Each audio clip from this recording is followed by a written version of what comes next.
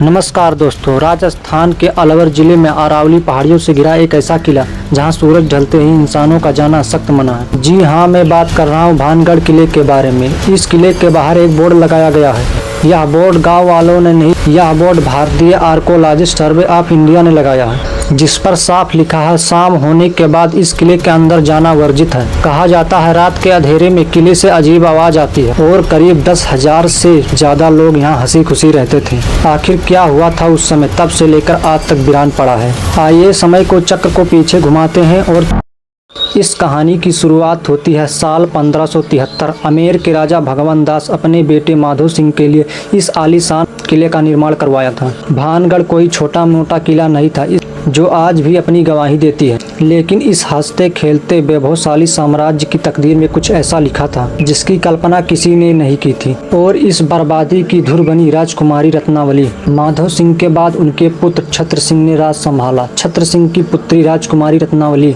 उस दौर में पूरे राजपुताना की सबसे खूबसूरत राजकुमारियों में से एक मानी जाती थी। जब वह 18 साल की थी तब उनकी सुंदरता की चर्चा सुनकर दूर दूर के राज्यों के राजा और राजकुमार उनके लिए विवाह का प्रस्ताव भेजते थे। उसी राज्य के कोने में रहता था सिंध सेवड़ा। वह कोई साधारण व्यक्ति नहीं, बल्कि वह तंत्र मंत्र और अघोर विद्याओं का ज्ञाता था।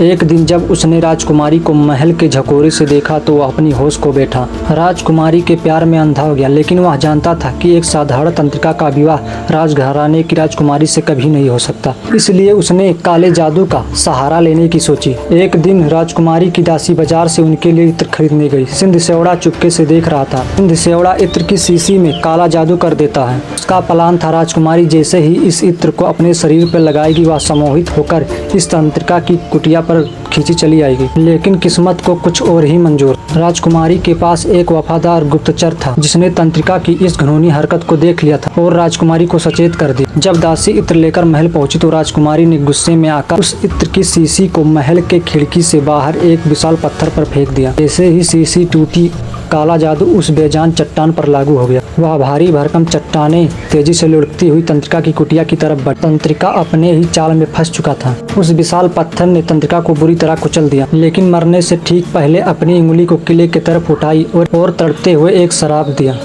मैं मर रहा हूँ, लेकिन मेरे साथ यह पूरा भानगढ़ भी मरेगा। इस महल में रहने वाला हर एक जीव काल के गाल में समा जाएगा। इनकी आत्माएं कभी भी इस लोक से मुक्त नहीं होगी, बल्कि युगों युगों तक इनकी आत्माएं इस खंडर में तड़पती रहेगी। तंत्रिका की मौत के 1 साल बाद भानगढ़ और उनके पड़ोसी राज अजबगढ़ के बीच एक भयानक युद्ध छिड़ गया।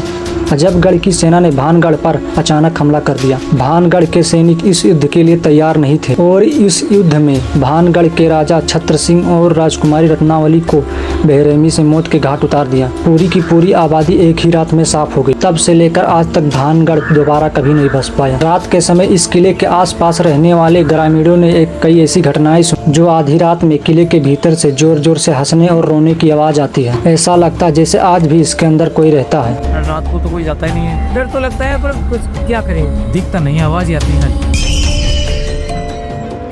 ऐसे ही रहस्यमयी वीडियो देखने के लिए वीडियो को लाइक और चैनल को सब्सक्राइब कर लो। क्या वीडियो आपको कैसा लगा कमेंट में जरूर बताना।